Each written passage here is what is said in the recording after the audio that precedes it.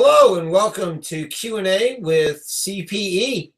I'm Dr. Yo and I'm your host tonight for question and answers about anything relating to the college admissions process. Most notably, the three most important criteria for acceptance, and that is grades, scores, and apps. So if you've got any questions that we can help you answer with regard to getting better grades, i.e. homework questions, you got a test you're studying for, a problem set you're struggling with, a quiz tomorrow, a paper you're writing, or test prep, you're studying for the ACTs, the SATs, subject tests, or applications. Are you writing your Common App? Are you a senior? You have any questions? Now is the time to ask. And I'm pretty sure we had a couple of students who expressed interest in asking some grammar questions tonight for a grammar test tomorrow. So we're just going to give that a couple minutes.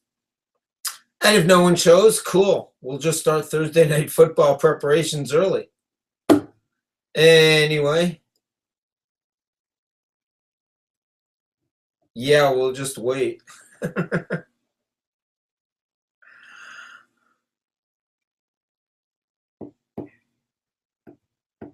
Okay. Excuse me, I'll be right back.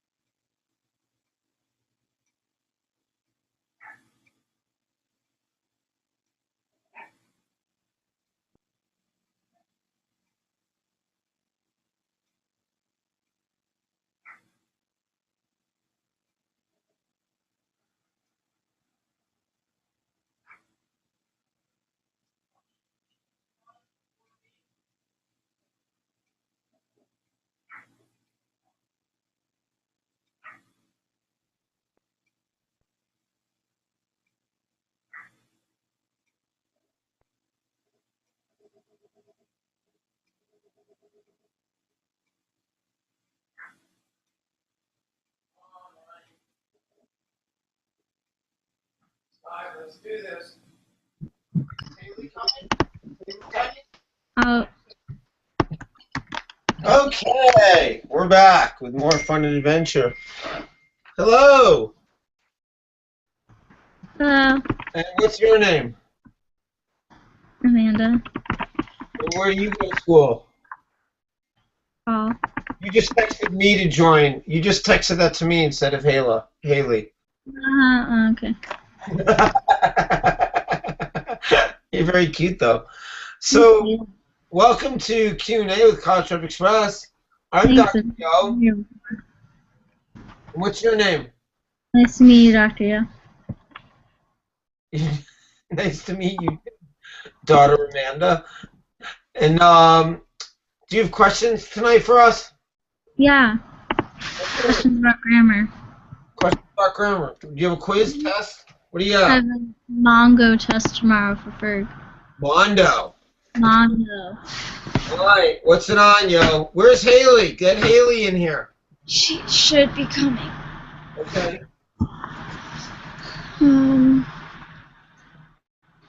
Let's see. She can ask questions better than me. Okay. Parts of speech, parts of sentence. I need to know. I'll tell you exactly what I need to know. Okay. That'll be helpful. Excuse me.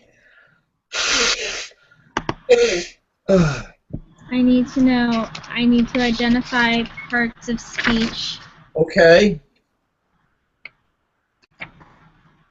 I need to identify parts of a sentence. Okay. I need to know who or whom. I got that. I versus me. I need to identify each phrase and explain all the function it has. So it's like an adverb prepositional phrase or an adjective prepositional phrase. Yep. A phrase and a phrase, and then I need to know like predicate, nominative, participles, subject, complements, sentence patterns. I need to know identifying clauses and the type of sentence, fixing stuff if necessary. My type of sentence is that like simple, compound, complex, and compound, complex? Yeah. And then I also need to know the different, when you identify the parts of speech, I need to know the different types of verbs and the different conjunctions. Okay. As in coordinating, correlative, subordinating, and adverbial? No, as in coordinating, subordinate, and correlative. Correlative. You don't have to know subordinate, adverbial. Okay. All right, first thing is, all of those topics are covered very nicely in this book right here. Grammar Smart by the Princeton Review, which kind of has a test standardized test prep angle, but it does go through every topic you just mentioned. So for you and others who might see this, I recommend this book. It's in the College Prep Express bookstore. You can borrow it from me since you're my daughter. So how best to work this? Do you want to fire off questions and I'll answer them, or do you want to give me a topic that you're confused about and I'll just blab about it? What would be helpful to you? I would like to go over parts of speech with you, because like I know that the is always an adjective, and I know nouns and verbs, but it's like the stuff in between. So like most, like of. I can help with that. Firstly, you know how many parts of speech there are all together in the whole wide English language? 6. 8. 8. 8's a big number. I like 3 much better. So we can put all 8 parts of speech into 3 categories. And here are the 3 categories. Sentence makers,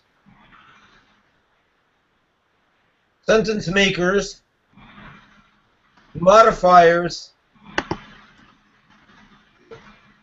and connectors. All right, that's a nice number 3 to wrap your brain around. So you have sentence makers, modifiers, and connectors. Now, sentence makers are called sentence makers because the parts of speech in this category are necessary to make a sentence. Basically, it's a noun and a verb, or a pronoun and a verb. So the three parts of speech that would go here would be noun, pronoun, and verb. And these are called sentence makers because it's only a noun and a verb or a pronoun and a verb that will make a sentence. For example, God exists. That's a complete sentence. Noun, God, verb, exists. Bird flies. That's a sentence. It's not a particularly interesting, a creative sentence, but it works. If you take any other two parts of speech and try to make a sentence out of it, you'll get frustrated because it won't be a sentence. You need a noun and a verb, or a pronoun and a verb. Now, what's the difference between a noun and a pronoun? A noun is a person, place, or thing, and a pronoun is just like a person. Kind of. I like what you said. A noun is a person, place, thing, or an idea. A pronoun is... Pronoun takes the place of a noun. A pronoun just replaces a noun. So replaces a person, place, thing, or idea. Okay. So I, me, my, you, your, he, she, it, they, them, their. Those are all pronouns. Me is a pronoun? Me is a pronoun. Takes the place of Mike, if I'm referring to myself. Oh. She gave it to me, I would say. Now, she gave it to, like, remember Sesame Street, Elmo? Elmo's pick was he didn't understand pronouns. He never used pronouns. He always said, Elmo is going to see Big Bird. Elmo likes Big Bird. I hope Big Bird gives Elmo a birthday cake. Right? He didn't know how to say me or my. Right? It would actually be very difficult to speak even more than one or two sentences in a row without a pronoun. It would get really tedious and repetitive. All right. The next category is modifiers. Modifiers, a modifier modifies, it changes something. It describes it more fully. So there's two kinds of modifiers, adjectives and adverbs. So those are parts of speech 4 and 5. Adjectives and adverbs. Okay? Those are the only two modifiers in the parts of speech world. Okay. See that? Was that right? Can you? Sort of. All right. So, what's the difference between an adjective and an adverb? How do you know when a modifier is an adjective and when it's an adverb? An adjective describes a noun. Good. And an adverb can describe an adjective, noun, or verb. Close. An adjective describes a noun, and an adverb describes an adjective, verb, or other adverb. Oh, it can't describe a noun? Can't describe a noun. Adjectives describe nouns. Right. Right? So if you want to talk about the house, you can go the big house. Big is an adjective. The red house. The brick house. The happy house. Those are all adjectives. Give me an example of an adverb that modifies a verb. An adverb that Haley's having trouble getting on. Did you send her the link that you used? Yeah. She's not able to do it for some reason. Oh! Really? I told her I would study with her, so I don't want to blow her off. All right, well, we'll just spend a few minutes on this, and then you can tell her what I tell you. Let's just go through the parts of speech, and we'll call it a night. Okay, so watch. Okay, so that modifies the verb. Here, let me get you started. Like, let's say you have the sentence "he ran," right? That's a sentence. He ran. Now, give me an adverb that modifies the verb in that sentence. He ran fast. Good. He ran fast. He ran quickly. He ran fastly. Adjective? What? Oh no, an adverb. Okay. All the adverbs qualifying or modifying the verb. It tells how he ran. He ran fast. He ran quickly. He ran spastically. In each of those cases. Oh, Haley just joined us. Yo, Haley. Oh my gosh, hello. What's We're up? all here. Ha ha ha! Yay! Woo woo. He's going over parts of speech, and he's All doing right. a good job. So let me review. We've been talking about, there's 8 parts of speech altogether, but 8 is a big number. Does this look backwards to you, or does it come out forwards? Good. No, It comes up coming good. up forwards. It You're comes good. out backwards. Isn't that lovely? So No, when forwards, it's fine. it is coming out forwards? Yeah. Oh, good. Because it comes out to me backwards. But that's okay. I wrote it. I know what it says. Basically, 8 is a big number. 3 is more manageable. So we break down the 8 parts of speech into 3 categories: sentence makers, modifiers, and connectors. The sentence makers are the combination, the only combination of 2 parts of speech that will make a sentence, hence sentence makers. It's a noun plus a verb or a pronoun plus a verb. That's the only way you can make a sentence. Any other combination of 2 parts of speech, you won't have a sentence. Right? So you could say, like, bird flies, God exists, car drives. Those are basic sentences, a noun plus a verb. Now, if we want to dress them up a little, we have to enter the world of modifiers. There's 2 kinds of modifiers, adjectives and adverbs. So the difference is adjectives modify nouns, adverbs modify adjectives, verbs, and other adverbs. Yeah. So we get a couple of examples of adjectives. Like, if you think of a noun like a house, words that describe a house would be adjectives, like big house, happy house, red house, brick house. Okay, those are all adjectives. Adverbs can modify adjectives, verbs, or other adverbs. So we were giving examples when you joined us, Haley. So an adverb that modifies a verb would be, for example, he ran quickly. Quickly is an adverb telling how he ran. It's modifying ran. That makes it an adverb. A good clue for adverbs is they often end in ly. They don't have to, but 9 times out of 10, if a word ends in ly, it's an adverb. Okay. She is a lot smarter than me with this, so that's probably nothing she didn't know. All right, so give me an example of an adverb that modifies an adjective. Either one of you.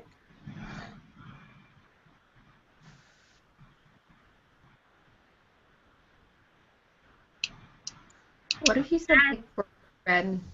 The girl that was magic. adjective? Beautiful. I want an adverb that modifies an adjective. The girl was magically beautiful. Okay, good. She was magically beautiful. All right. How about the girl's very beautiful? Very, whatever. How beautiful? Very, magically, whatever. Good. What about an adverb that modifies another adverb?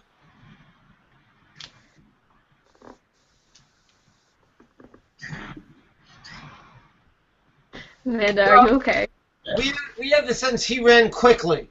Yeah. What if we wanted to modify quickly, which we already decided was an adverb modifying the verb ran? How did he run? He ran quickly. So what if we wanted to say how quickly he ran? Like, he ran extremely quickly. Extremely. Extremely modifies quickly, which modifies ran. They're both adverbs. Okay?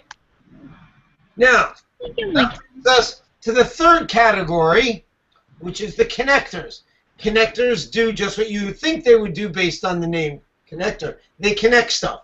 They either connect 2 nouns, Bob and Sue, or they can connect phrases like he went to the store and to the market. mhm. Or it can connect. Is really an adverb? What? Is really an adverb? Yes. But like, Here's the thing. Let me just say it something. doesn't like describe, like that's not an adjective though. Time out. Here's the coolest thing about grammar, about parts of speech. Okay. Parts of speech. When someone says what part of speech is a certain word, the right answer is always it depends. Grammar, the part of speech of a word always depends on how the word is used. The grammar of a sentence, the part of speech of a word, always depends on its function in the sentence. So when you say is really an adverb, I shouldn't have so quickly said yes. Really can be an adverb, as in she is really nice. How nice? Really nice. It modifies an adjective. He ran really fast. How fast? Really fast. But I can think of a sentence where really is a noun, as in this one. Really is my favorite word. Okay, well, Now that's... it's a noun. Right? So one of the fun games to play is taking a word and thinking of different examples of it as different parts of speech. Like, what part of speech is the word head? It's a noun. I fell right into my trap. Oh, no, it depends on the sentence. It depends on the sentence. So, give me a sentence where head is a noun. I have a... Head. I have a head. Or, my ex-boyfriend has a fat head. Ew. Okay. Yes, that's a noun. Ew. Can you give a sentence where head is an adjective?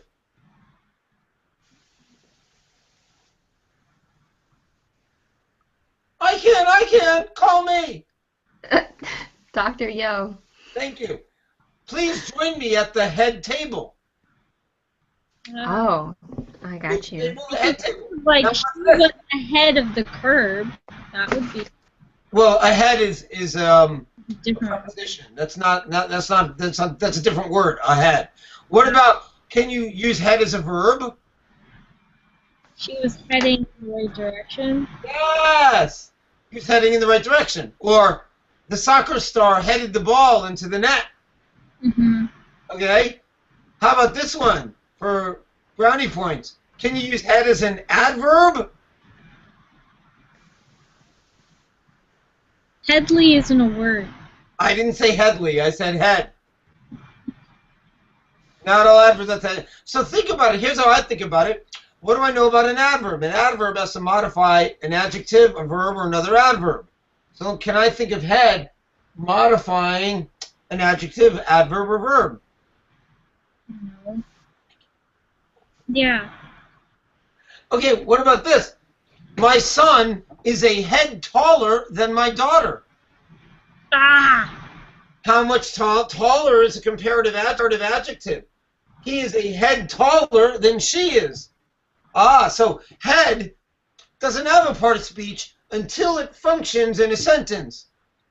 This is my head, noun. Sit at the head table, adjective.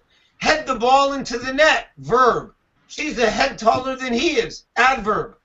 Hey, man, parts of speech depend on function. So you just have to look at the sentence. So I Now, have a question. what? I have a question. Okay. Can you take this test for me? Yes. No. I mean, what? All right. Let's talk about connectors. There's two types of connectors in the world of parts of speech. What are they? Just like conjunctions and like conjunctions and like One of them. There's another connector. Wait. function. No. Prepositions. Preposition. Really? Right! I got it right! The definition, a preposition by definition, it's it doesn't help you to know it, but it's a word that relates its object to another word in the sentence. It connects the object of the preposition to another word. But a much more useful way to understand prepositions is it's one of those little words, 2 or 3 letter words typically, that relates a mouse to a house. I have a question Right now, about... Wait, let me just finish this and then I'll answer your question. So, for example, the mouse ran to the house, in the house, around the house, over the house, under the house. All of those words, to, in, over, above, beneath, around, beside, between, those are all prepositions. And they connect their object to another word in the sentence. So the mouse ran in the house. In connects house, the object of the preposition, to ran. It tells where did the mouse run? The mouse ran in the house. In where? We lost Haley for a second. I don't know what happened. But anyway. So in is a preposition? In is a preposition. But now watch this. In is a preposition. But the prepositional phrase in the house functions as an adverb. The thing about phrases is that phrases are groups of words that function as a single part of speech.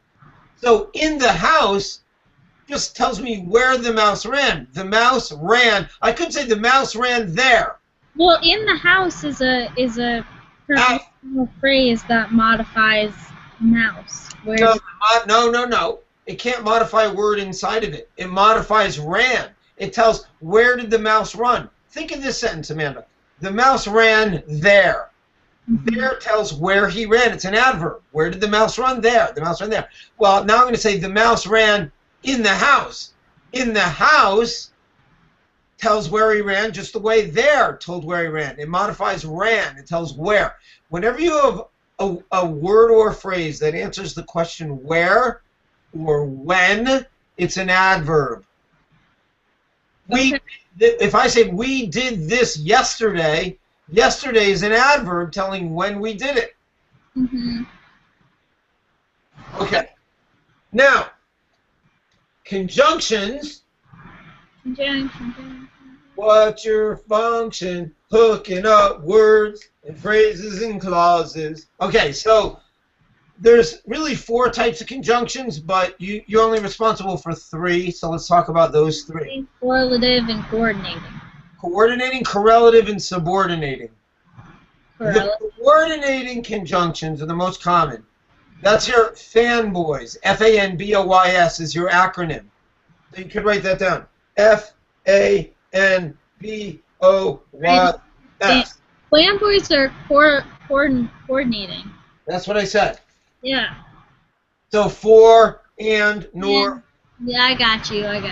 But, or, yet, so. Right, fanboys. And for whatever relative is the not only but also. Right. Like, correlative come in pairs. Both, either or, neither nor, both, and, just as, so too. Yeah. Right. Okay. And subordinating is like because, while, although. Right? And do you know why they're called subordinating conjunctions? Because they're subordinates. Because they make the clause they introduce subordinate, meaning less important than the main clause.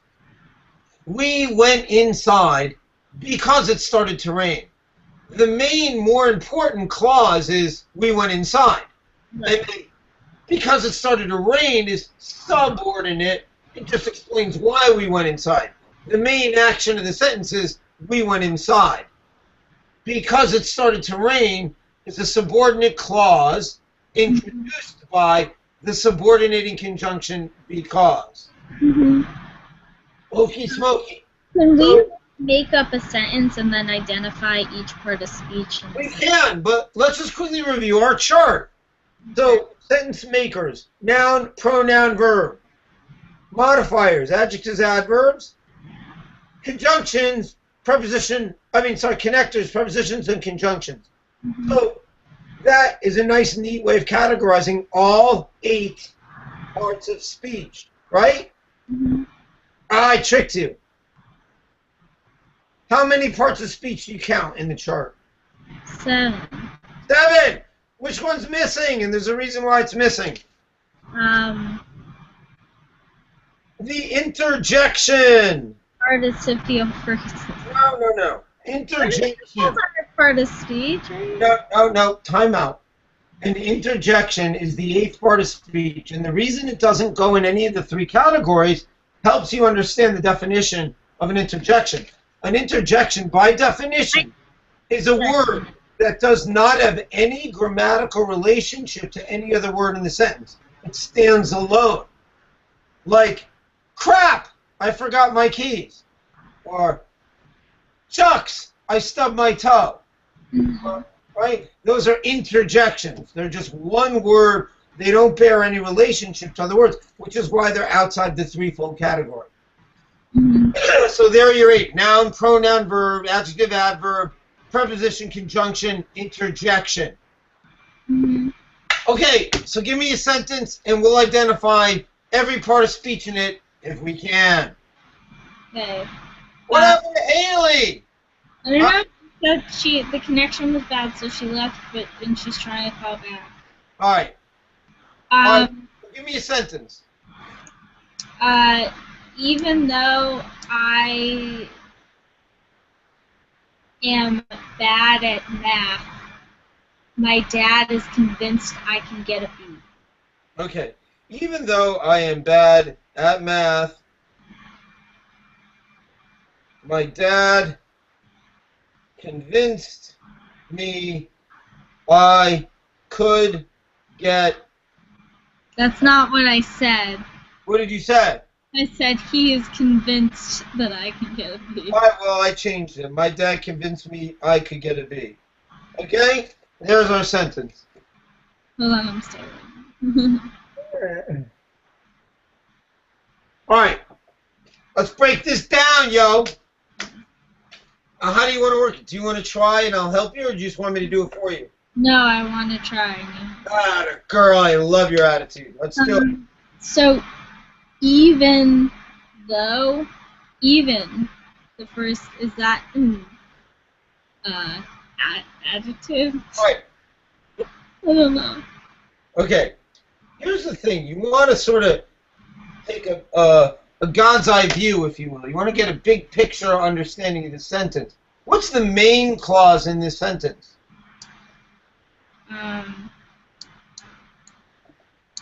Main clause. The main clause. What's the primary main clause in the sentence? There's a subordinate clause and there's a main clause. My dad convinced me I could get a B. Right. The main clause is my dad convinced me I could get a B. The subject of the sentence is dad. The verb is convinced. Before we do the parts of speech, I just have a question. All right. We're going to have to identify, like, independent and dependent clauses. Yeah. So it's like, I am bad at math is an independent clause, even though math is not, though. Right. You can't just take parts of the clause, though. Clearly, even though I am bad at math goes together. Why is that so clear? Because it's all on one side of the comma. And the other side of the comma is, my dad is convinced I can get a B. So you can't just take part of the clause and say that's the clause. The clause that begins the sentence is, even though I am bad at math. And then you just have to ask a simple question. Does this clause stand alone as a sentence, or is it dependent on something else to complete it? So can I just say, even though I am bad at math, period? Is that a complete sentence? No. No. Therefore, it's a dependent clause. Which makes this a compound sentence. Which makes this a complex sentence. Okay, a compound sentence has two or more independent clauses. A complex sentence has one main clause and one or more dependent clauses. So, wait, it's simple compound, complex, and then compound. Correct. A simple sentence has one independent clause. Mm-hmm. A complex sentence has an independent clause and at least one dependent clause. A compound sentence has two or more independent clauses and no dependent clauses. And a compound complex sentence has at least two independent clauses and at least one dependent clause. Okay. Okay. So, even though I am bad at math is a dependent clause, that helps me figure out the part of speech of even though. And you gave a tricky example because even though is a two-word subordinating conjunction. Think of it this way. It's a replacement for the one word although. We could have written although I am bad at math, but you gave me even though I am bad at math. Even though is it's a compound subordinating conjunction. So even and though go together as one subordinating conjunction? Correct. So the part of speech of even though is conjunction. It happens to be a subordinating conjunction, but if we're just identifying parts of speech... You have to know that, too, for the test. Okay. So this is a subordinating conjunction. Mm-hmm. What part of speech is I? It's a pronoun. Correct. What part of speech is am? preposition, maybe? No. What? Does it? Now what? Is a On verb? the quiz. On the quiz. If you're tempted to say a word as a preposition, ask yourself, does it relate a mouse to a house? Can you say, the mouse ran am the house? No. So it's not a preposition. It's a verb, Mandy. It's a common form of to be. I am. Yeah. Okay. So that's a, What kind of verb is it? it's a linking. It's a linking verb. Okay. So am is a verb. What part of speech is bad? It's an adjective. It's an adjective. Now, this is beyond parts of speech, but I know you said earlier at the beginning that you have to know predicate adjectives and predicate nominatives. So let me explain that. Predicate adjectives and predicate nominatives live only in the world of linking verbs. Okay. So this is a linking verb. I am. Think of a linking verb as an equal sign. I equals bad. Okay. Bad is a subject complement. All linking verbs are like equals. There are two kinds of subject complements. There are predicate nominatives, i.e. nouns, and predicate adjectives, i.e. adjectives. The only question you have to ask yourself is bad an adjective or a noun? We already decided it's an adjective. So it's a predicate adjective. Why? Because it follows a linking verb. Mm-hmm. Okay. What about at math? What is that? At is a preposition. Right. The mouse ran at the house. Mm-hmm. And then math is a noun. Right. And it functions as the object of the preposition. Good. My is a pronoun. Yes, it's a possessive case pronoun. Good. And then that is a noun. Yup. And then convinced is an action verb. Yup. Me is a pronoun. Yup. I is a pronoun. Yup. Could is a verb. Yup. And then get is a verb. Yup. What kind of verb is get? Well, could is a helping verb, and get is the main verb. So, how do I know could is a helping verb? Well, because the helping verbs always come before the main verbs. Okay, so if there's two verbs in a row, the first one's helping, the second one is the actual one? That's a reasonable thing to say, yes. Could get, and then get is an action verb. Yup. And then a is It's an adjective. adjective. Here's the thing. A, and the are always going to function as adjectives. They're called articles. Articles are a certain kind of adjective. Right? Because think about it. A tree, a picture, a computer. It's telling me about the noun. Okay. Right? Same thing with the. So A is an adjective, and then B is A noun. a noun. You got it. Yay! Can we do another one? Yep. You think of a sentence this time. That's tricky. Try to think of one that has a direct and indirect object. Okay, but that's not parts of speech. That's parts of sentence. Okay, just kidding. Save that for when we do parts of sentence. Well, all right. What are we doing about Haley? No, Football game's on, so we're going to wrap this up fairly quickly. Let me give you a quick overview of what are called parts of sentence. Okay? Here's a cool little diagram. You have subject plus a verb, and then if linking, you get a subject complement, which come in two flavors. They come in the flavor of predicate adjective or predicate nominative, or if action, you're in the world of objects. Now, did you guys learn objective complements or just direct objects and indirect objects? For the test tomorrow, I think we only need to know indirect and direct object. Okay. So, He's back. yay! Hey, All right. Hi, Haley. So, we moved on from parts of sentence to parts of speech. And I just made this hideously ugly chart, but I hope you'll be able to read it. Okay. So here you have parts of sentence. Every sentence, every single sentence in the world has a subject and a verb. Every verb is either a linking verb or an action verb. If it's a linking verb, you can only have subject complements, which come in two flavors, predicate adjective and predicate nominative. If you have an action verb, then you can only have objects, direct objects and indirect objects.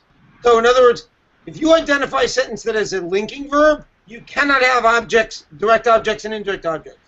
If you identify a sentence that has an action verb, you can't have predicate adjectives and predicate nominatives, right? So hopefully this is a clear chart. If you have a linking verb, you can only have these. If you have an action verb, you can only have these.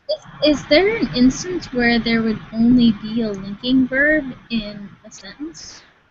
Well, technically, no, but oftentimes you can. William Safire wrote a great book called Fumble Rules, where his shtick was in that book where in stating the rule, he would break the rule, and the rule with linking verbs is if any word is inappropriate at the end of a sentence, a linking verb is. Is, because this is a linking verb. I get it. So technically, there's a sentence, a linking verb is, where it's not linking to anything. But that's the exception that proves the rule. 99% of the time, if you've got a linking verb, it's going to link to an adjective or a noun. And the way you think of linking verbs is as an equal sign. For example, here's two simple cases. One adjective, one noun. If I say, I am a teacher, Right, you equal teacher. I equals teacher. If I say, I am mean, that's an adjective. I equals mean, right? So this is a noun. This is an adjective. Subject complement. I don't know. Subject complement is the category that includes predicate adjectives and predicate nominatives. That's all. Just very confusing nomenclature. But it's subject complement. Wait, hold on. Haley, do we need to know predicate adjectives and predicate nominatives? We need to know nominative, but we never learned predicate adjectives. So then what's Predicate nominatives are just what a linking verb links to if it's a noun. So for example, she is my friend. Friend is a predicate nominative. Who's on the phone? It is I. I is a predicate nominative. It is I. Predicate nominative. So it's always a noun? Yes. Nominative is a synonym for noun. So it's just the noun after a linking verb. Correct. Okay. Now you have to be careful. How would you analyze this sentence? So if I say she is my friend, is a predicate nominative. I mean, friend is a predicate nominative. Yes. Now analyze this sentence for me, either one of you. She is a nice girl. She is a nice girl. What's the subject? She. What's the verb? Is. Is action or linking? Linking. So we're Linking. going to look for PAs and PNs. What do we have? What? We're looking for predicate adjectives or predicate nominatives, PAs or PNs. Which one do we have here? It's tricky. Adjective? Think about it. She Nominative. what? She equals what in the sentence? Equals she's a girl. Right? She equals girl. Right. So that's girl's a noun. Girl is a predicate nominative, and nice is not a predicate adjective because nice modifies forward to girl. Nice is an adjective that tells me about girl. What kind of girl? Nice girl. If I have the sentence, watch, if I have the sentence, she is nice, nice is a predicate adjective. But if I have, she is a nice girl, Girl is the predicate nominative, and nice is a plain old adjective modifying girl. That make sense? So, are predicate adjectives and subject complements synonymous? Say what? Are subject complements and predicate nominatives synonymous? Close. Or predicate adjectives? Right. There's two kinds of subject complements. It's either a predicate adjective or a predicate nominative. They're both subject complements. Oh, really? Yes. Oh my gosh! Then, Talking about subject compliments, and I was like, what the hell are you talking about? Subject complements No. are a or a PN. Okay, so predicate I thought adjectives a subject complement was... and nominatives are both subject complements. In class, we call the adjectives Look at this diagram again. predicate adjectives. Say what?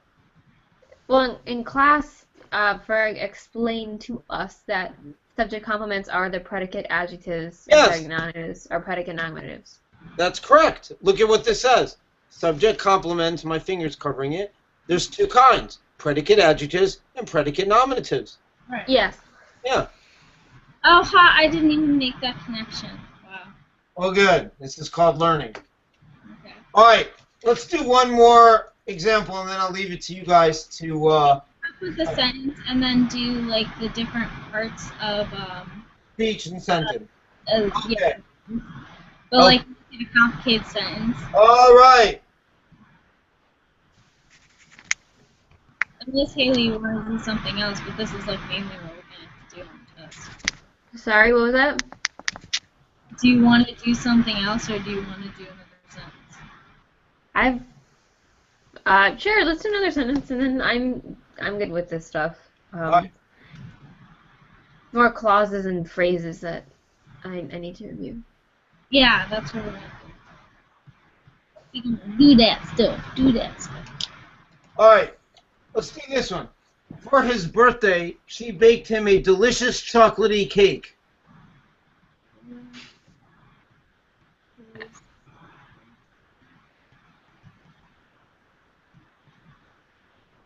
Okay, now I'm going to give you some clues. Wait, I'm going to... All right, first of all, I want you to classify this sentence by structure. Is it simple, complex, compound, or compound complex?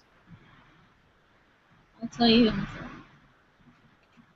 Is it okay if I answer? Yeah. Wait a minute. It's called classification of sentence by structure. Say Put a comma on birthday, or no? Yeah, for his birthday, comma, she baked him a delicious chocolate. It's got one independent and one dependent. So it wouldn't be. It's got one independent. One dependent. There's no dependent clause here. For his birthday. What about birthday? First birthday is a prepositional phrase. Here's the thing. To have a clause, you have to have a subject and a verb. There's no verb in for his birthday. That Right. makes a phrase. Listen. The only difference between a phrase and a clause is the absence of a verb in a phrase. A phrase doesn't have a subject and a verb. Think about these two sentences. The man in the car is my uncle. And the man who is in the car is my uncle. Same sentence, right? Just one says in the car, one says who is in the car. The man in the car is a phrase. There's no subject and verb. But the man who is in the car has a subject and verb, who is. So in the car phrase, who is in the car clause. So if you look at this sentence, for his birthday, there's no subject and verb here. That makes that a prepositional phrase. And prepositional phrases don't count as dependent clauses? They're not clauses. Correct. They're phrases. They're just modifiers. Every prep phrase in the world is either an adjective or an adverb. So it's a simple sentence? She baked him chocolate. Yes. It was a trick question because it doesn't look like a simple sentence, but this, my friends, is a simple sentence. Okay. It's got one independent clause and no dependent clauses. Okay, let's go word by word and figure out the parts of speech. What is for? What? What part of speech is for? Coordinate conjunction? No, fanboys. It's a coordinating. No. Yeah. A coordinating conjunction is and, but, or, nor, for, so, and yet. It's none of those. For, tricky. For can be a coordinating conjunction in the sentence, she went to water polo camp for she wanted to become a water polo star. When for means because, it's a conjunction. But most of the time, for is just a plain old run-of-the-mill preposition. The mouse ran for the house. Right? So, for his birthday is a prep phrase. All prep phrases begin with a preposition and end with a noun. So, for is a preposition. Birthday is a noun. What is his? A pronoun. Yes, the possessive case pronoun. Most teachers would not take off if you said adjective, because a possessive case pronoun. Whose birthday? His birthday. It's kind of an adjective, like happy birthday, his birthday. Birthday Okay? is a noun, right? What? Birthday is a noun. Yes. What part of speech is she? Pronoun. Yup. What about baked? Action verb. Yes. And What about him? pronoun. Yup. What about a? An adjective. Adjective. Delicious. Adjective. Adjective. Chocolatey. Adverb. Oh, it's a subject complement. No! You can't have a subject complement if you don't have a linking verb, so and. But wait, just ask yourself, what's the function of chocolatey in the sentence? What's chocolatey doing? What's it telling me about? The cake is chocolate. The cake. It's describing cake. What part of speech describes a noun like cake? Adverb. An adjective. Two adjectives in a row. It's like the big red house. The delicious chocolatey cake. Two adjectives in a row. Why isn't it in an adverb? Oh no, because never mind. Okay, so here are all the parts of speech. Now we got one more thing to do. Let's identify parts of sentence. What's the subject of the sentence? She. She. What's the main verb of the sentence? Baked. Good. Now, is baked an action verb or a linking verb? Action verb. Action. So are we looking for subject complements or are we looking for objects? Object. Objects. Remember, if you have action verbs, you can only have objects. If you have linking verbs, you can only have subject complements. So, there's two kinds of objects, direct objects and indirect objects. Do you see either one there? How do you know a direct object or an indirect object? Do you know how to play that game? Well, there can't be an indirect object unless. Oh, but there can be and there is, young Amanda. What? Greg said that's not a thing. Okay, watch. To find a direct object, it's very simple. You say the subject, the verb, and then what or whom. So, she baked what? The answer is going to be the direct object. It's what she baked. She baked a cake. So, cake is a DO. She baked what? She baked a cake. That's the direct object. It directly receives the action of the verb. It's what was baked. And then, if there's an indirect object, you ask the follow-up question, for whom or to whom? Is there an answer to that question? She baked a cake for whom? Him. For him. Him is the indirect object. It's the IO. It's indirectly receiving the action of the verb. She baked a cake for him. Mm-hmm. So there it is. She baked what? A cake. DO. For whom? Him. IO. Got it. Boom. Okay. Wait, you said for his birthday is a prepositional phrase. I did. What does it modify? Great question. Haley, do you know what it modifies?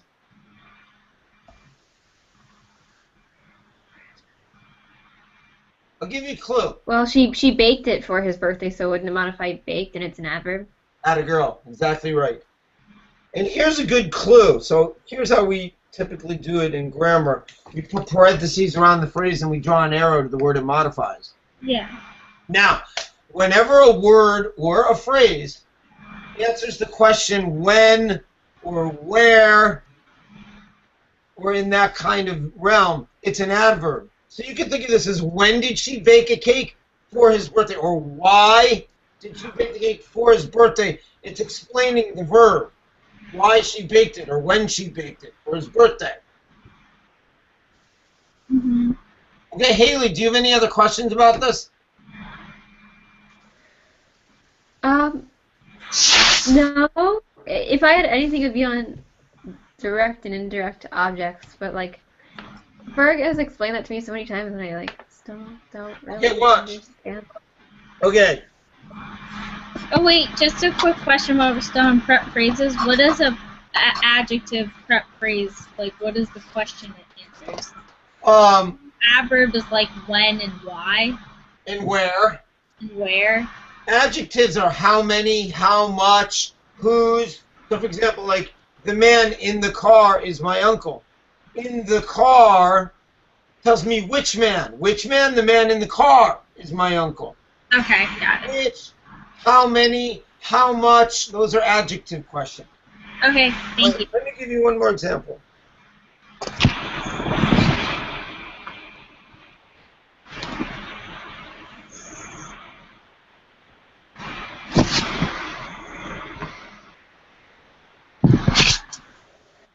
Okay, what about this sentence? The concerned students sent letters to their congresspeople. And I almost said congressman, but I know I'm talking to Amanda, so I use the PC term, congresspeople. Okay, so the concerned students sent letters to their congresspeople. Okay? Let's So hit would for be parts. the object and congresspeople be the indirect objects? Close. I'm very tricky. Here's the thing. If the preposition is in the sentence, you don't have a direct object. So in our last example, if you said, she baked a cake for him, you would have a direct object. She baked what? A cake. But then, since for is in the sentence, for him becomes a prep phrase. As opposed to saying, she baked him a cake. Him is an indirect object. The for is omitted. So here we have to their congressman. So to their congressman is a prep phrase. On the other hand, if we had the sentence, the students sent congresspeople letters, then congresspeople is an indirect object. But here's how you would analyze this for parts of sentence, and then I'm seriously going here. Students is the subject, sent is the verb, letters is the DO, to their congresspeople is a prep phrase modifying sent. It's where the letters were sent. That's how you would analyze it. Wait, would congresspeople be objects of the preposition? It would be. Okay. Every prep phrase begins with a prep and ends with an object. Can you that up for a second again? I missed it. Okay, wait. Thank you. Got it. Okie dokie. Good luck, you guys. Thanks. Thank you. You're welcome. Good luck on the quiz. Thank you. The Mondo test. Mondo test. Oh, and Dr. Yo. Yes. We would absolutely love to have you and Amanda over for dinner sometime, if you'd like to do that sometime. I don't know. Speaking for the both of us, we would absolutely love to do that. Yeah, we would. Okay. All right, cool. Okay. All right. All right, guys. Good night. Dad. Good night. Thank you. You've been watching Q&A with CPE on Google Hangouts.